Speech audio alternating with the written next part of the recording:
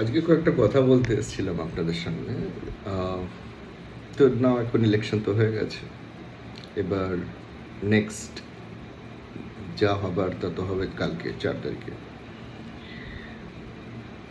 তো জাস্ট কয়েকটা কথা যে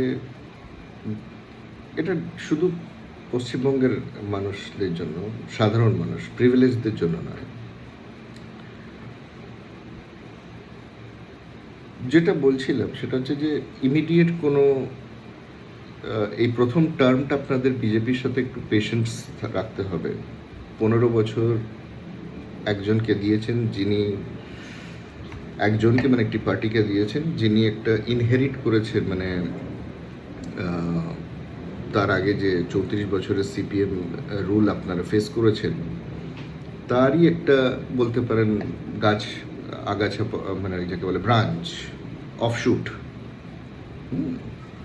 ওই সেম পলিসিস, প্রসিজিওর যা আছে থাকতে দাও, মানুষজনকে গরিব রাখো, মুসলিম হোক হিন্দু হোক হোয়াটএভার, ভাতা দিয়ে দাও 1,500 টাকা। আমি শুনছিলাম কিছু ভিডিওতে লোকেরা বলছে যে আমার তো ফোনের রিচার্জটা তো হয়ে যাচ্ছে, সেটা টাকা দিদি দিচ্ছে। তো ফোনের রিচার্জটা নিয়ে যদি তুমি খুশি থাকো তাহলে থাকো, সারা জীবন ফোন দিয়ে পেট পেট ভরাও। পয়েন্ট ইজ যেটা হচ্ছে যে যেটা বলতে চাইছিলাম, এই মুহূর্তে কিন্তু পশ্চিমবঙ্গে শুভেন্দু অধিকারী সিএম হোক, চাই যেই হোক,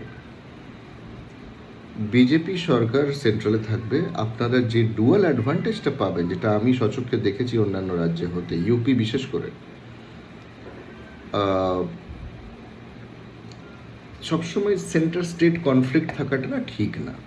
আর কোনো রাজ্যে, মানে ইউপিতে যখন সমাজবাদী পার্টি ছিল, সেন্ট্রালে মোদি ছিল, সেটা 3 বছরই মাত্র পেয়েছে। মানে 14তে মোদি এসেছিলেন, আর 17 অবধি অখিলেশ যাদব ছিল সমাজবাদী পার্টির। কিন্তু তদুপরি রেমিটেন্স লাইক জিএসটি, এগুলো সেন্ট্রাল থেকে যে ফান্ডগুলো স্টেটে যায়, এগুলো যেতে থাকতো।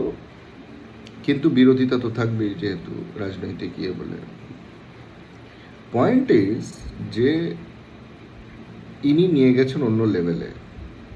আচ্ছা, ইউপিতে যবে থেকে যোগী এসেছেন, হ্যাঁ সব মানলাম, হাতরাস এই সেই গণ্ডগোলে কাণ্ড হয়েছিল এদিকে, ওটা নিয়ে কোনো কথা নেই। কিন্তু আপনাদেরকে পুরো ঘটনাটা বলা হয় না, এটাই প্রবলেম। কোথাও না কোথাও এই শোরগোলের মধ্যে না আসল কিছু জিনিস রয়ে যায়। মানে আমি এখানে ব্যাটিং করছি না যে যোগী সরকার একদম নিষ্পাপ, নিষ্কলঙ্কহীন, তাও নয়। কম্পারেটিভ যদি আপনি অ্যানালিসিস করেন, দুটোকে পাশাপাশি রাখেন, সেদিক দিয়ে তো সাধারণ মানুষেরা, সেদিক দিয়ে তো কোনো প্রবলেম নেই। হ্যাঁ, প্রবলেম আছে, তাই বলে কি স্বাস্থ্যর এখানে হসপিটালদের যা অবস্থা ছিল এখন আস্তে আস্তে হচ্ছে, সরকারি হসপিটালের কথা বলছি তো, হাইওয়েজ রোডস এগুলো তো খেয়াল আছেই, এয়ারপোর্ট वगैरह। তো পয়েন্ট হচ্ছে যে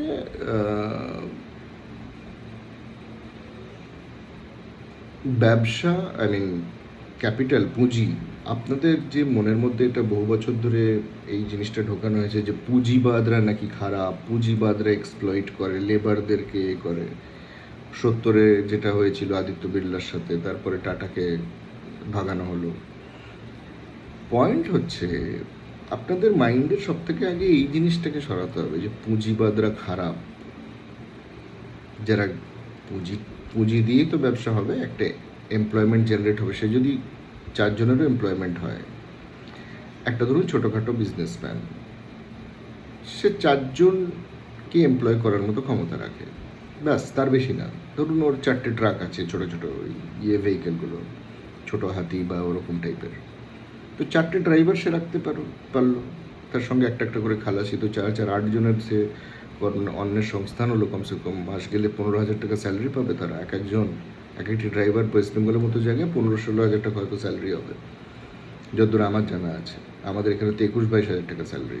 খ্যার, তো কথাটা হচ্ছে যে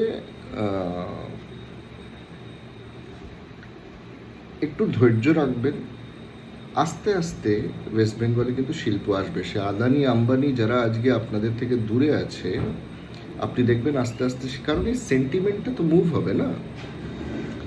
আবার হ্যাঁ, এটাও বলছি, এই মিটিং মিছিল কিন্তু চলতে থাকবে।